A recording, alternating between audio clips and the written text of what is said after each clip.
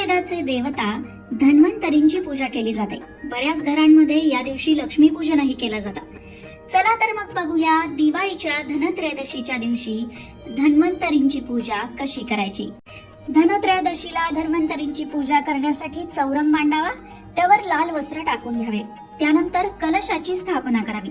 या कलशामध्ये पाणी भरून घेतल्यानंतर त्यात सुपारी, एक फूल, हळदी कुंकू अक्षदा टाकाव्या आणि त्यानंतर विड्याच्या पानांवर एक नारळ ठेवावं.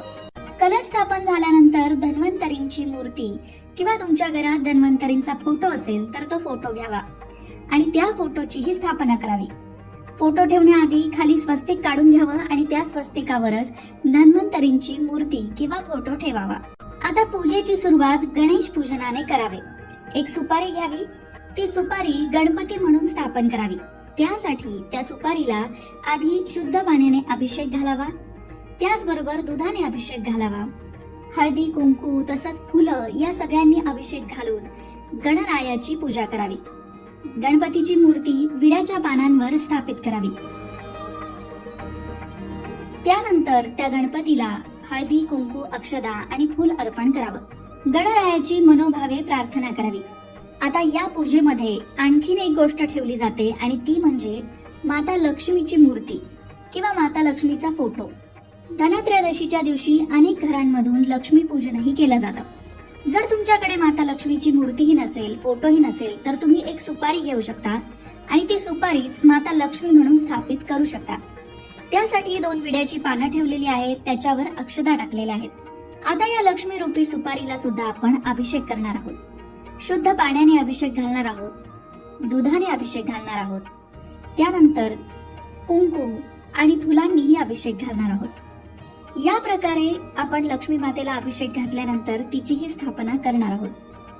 हळदी कुंकू अक्षदा आणि फूल लक्ष्मी मातेला अर्पण करणार आहोत.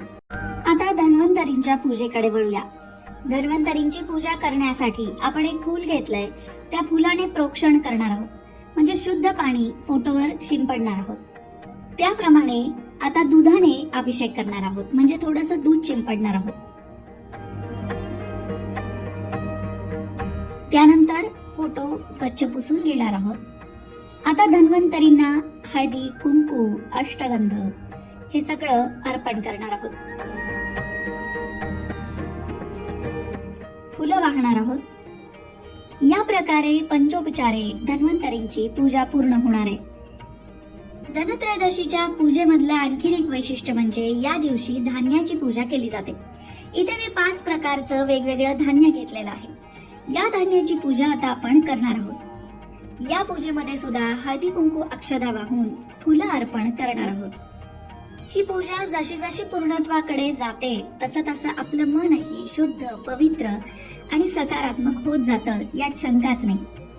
आता मी मघाशी म्हटलं तसं काही जणांकडे धनत्रयोदशीलाच लक्ष्मी पूजनही केलं जातं.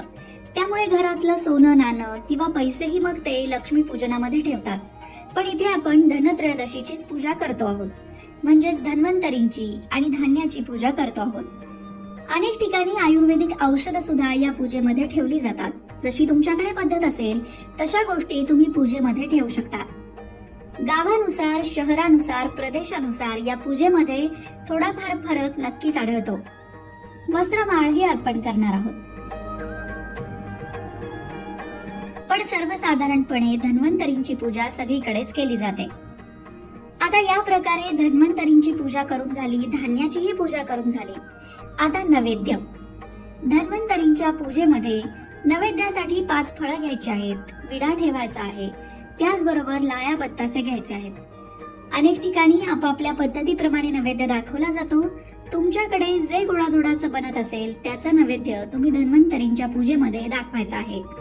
नैवेद्य दाखवून झाल्यानंतर आरती करायची आहे. या आरतीमध्ये गणपतीच्या आरतीने सुरुवात करायची, त्यानंतर महालक्ष्मीची आरती सुद्धा म्हणायची आहे. धन्वंतरींच्या मंत्राचा जपही करायचा आहे.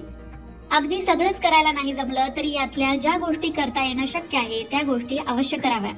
या दिवशी 13 दिवे या पूजेभोवती लावावे किंवा तुमच्या घरामध्ये सुद्धा प्रत्येक कोपऱ्यामध्ये मातीचा एकतरी दिवा लावावा. घर पूर्ण दिव्यांनी उजळून टाकावे. सगळ्यात महत्त्वाचं या दिवसाचं आणखीन एक वैशिष्ट्य म्हणजे संध्याकाळी दक्षिणेकडे कणकेचा एक दिवा लावतात, त्याला यमदीप असं म्हणतात। या दिवशी तेल आणि वात घालून घराच्या बाहेर दक्षिणेला हा दिवा पेटवला जातो आणि दक्षिणेकडे तोंड करून यमराजांची प्रार्थना केली जाते। धन्वंतरीची पूजा झाल्यानंतर याप्रमाणे यमदीपदानही अवश्य करावे, त्यामुळे घरातल्यांचा अपमृत्यू टळतो, सगळ्यांना दीर्घायुष्याची प्राप्ती होते। दक्षिण दिशा ही धर्माची दिशा मानली जाते आणि यमधर्म ही मृत्यूची देवता आहे, म्हणून या दिवशी त्यांचं पूजनही केलं जातं। आता जाता जाता बघूया की या पूर्ण पूजेसाठी आपल्याला साहित्य काय काय लागलं। धन्वंतरींचा फोटो, कलश, नारळ, विड्याची पानं, पूजेचं ताट, पंचामृत किंवा दूध, धने, गूळ, कापूर, हळद कुंकू, अक्षदा, झेंडूची फुलं, लाह्या, बत्तासे। मंडळी, या पूजेमध्ये आणखीन एक गोष्ट सांगायची राहिली, ती म्हणजे धन्यांचा नैवेद्य या दिवशी दाखवला जातो। धन्यांचं पूजनही केलं जातं। जे 5 धान्य आपण घेतले त्यामध्ये धने सुद्धा घेतलेले आहेत आणि सेपरेट असा धन्यांचा नैवेद्य सुद्धा धन्वंतरी देवतेला दाखवलेला आहे। या दिवशी धने कुणालाही उसने देऊ नयेत असंही म्हटलं जातं। या दिवशी धन्यांची लक्ष्मी म्हणून पूजा होत असते। मंडळी, आजचा हा व्हिडिओ तुम्हाला कसा वाटला कमेंट करून नक्की सांगा।